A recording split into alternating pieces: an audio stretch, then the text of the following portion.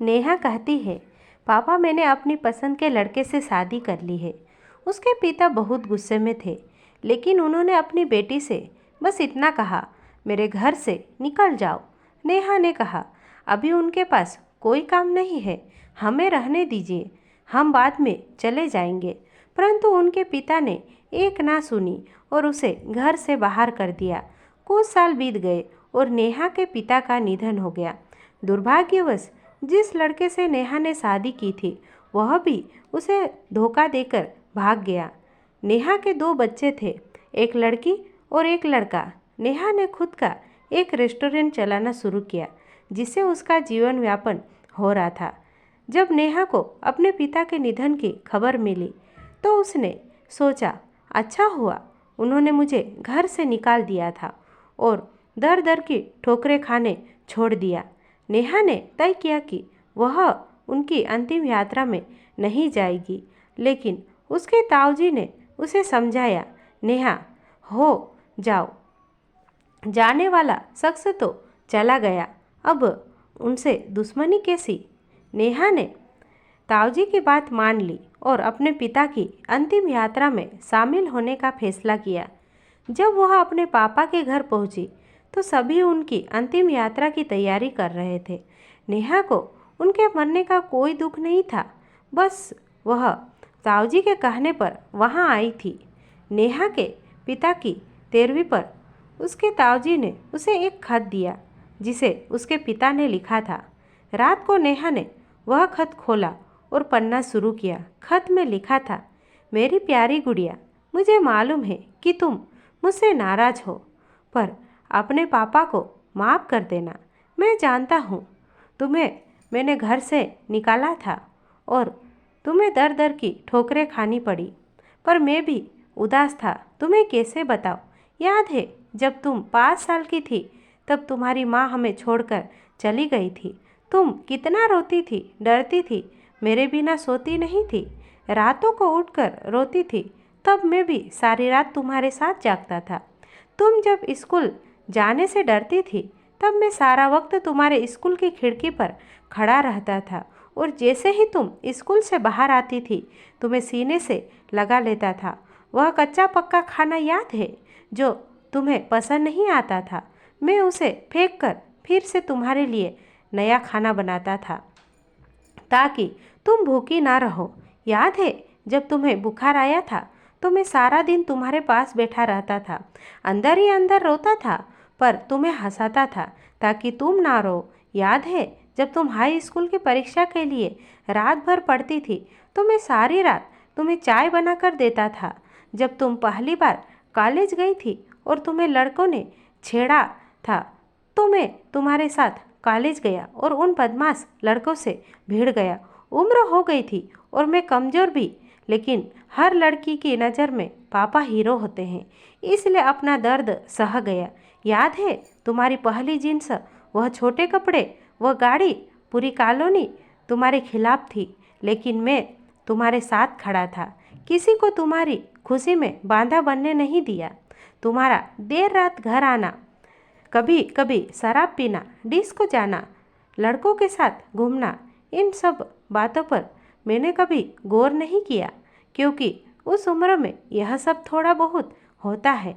लेकिन एक दिन तुम एक लड़के से शादी कर आई, वह भी उस लड़के से जिसके बारे में तुम्हें कुछ भी पता नहीं था।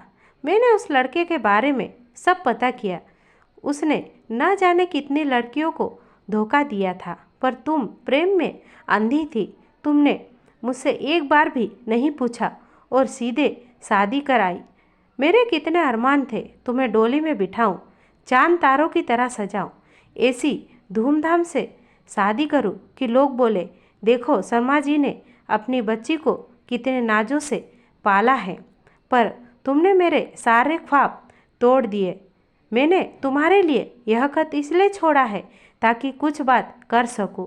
मेरी गुड़िया, अलमारी में तुम्हारी माँ के गहने और तुम्हारी शादी के लिए खरीदे गहने रखे हैं। 3-4 घर और कुछ ज़मीनें हैं जिन्हें मैंने तुम्हारे और तुम्हारे बच्चों के नाम कर दिया है। कुछ पैसे बैंक में हैं, उन्हें निकाल लेना। अंत में बस इतना ही कहूँगा, गुड़िया, काश तुमने मुझे समझा होता। मैं तुम्हारा दुश्मन नहीं था, तुम्हारा पापा था। वह पापा जिसने तुम्हारी माँ के मरने के बाद दूसरी शादी नहीं की, लोगों के ताने सुने, गालियाँ सुनी, न जाने कितने रिश्ते ठुकराए, लेकिन तुम्हें दूसरी माँ से कष्ट ना हो इसलिए अपनी ख्वाहिशें मार दी। मेरी गुड़िया, जिस दिन तुम शादी के जोड़े में घर आई थी, तुम्हारा बाप पहली बार टूटा था। तुम्हारी माँ के मरने पर भी इतना नहीं रोया था जितना उस दिन से हर दिन रोया। इसलिए नहीं कि समाज, जात, परिवार, रिश्तेदार क्या कहेगा, बल्कि इसलिए कि मेरी नन्ही सी गुड़िया जिसने शादी का इतना बड़ा फैसला लिया, मुझे एक बार भी बताना सही नहीं समझा।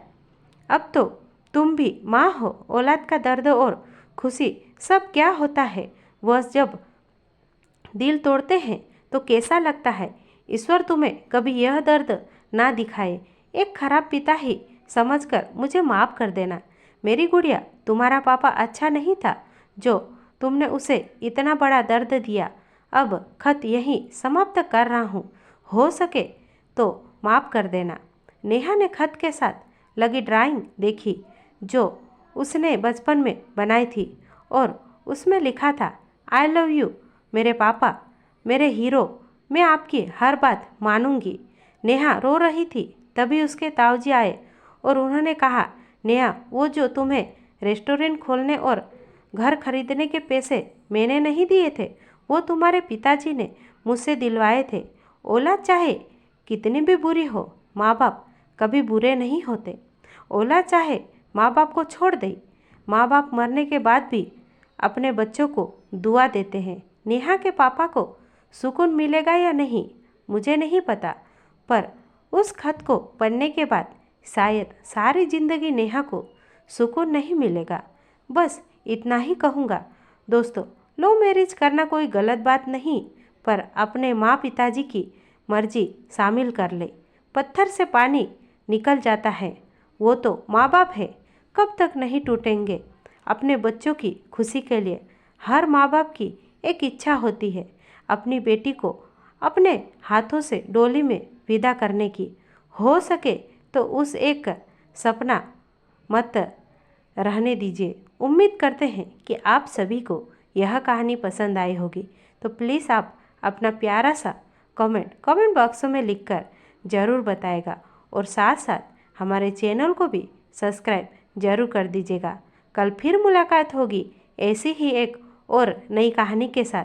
तब तक आप अपना ध्यान रखें, स्वस्थ रहिए, मस्त रहिए। धन्यवाद।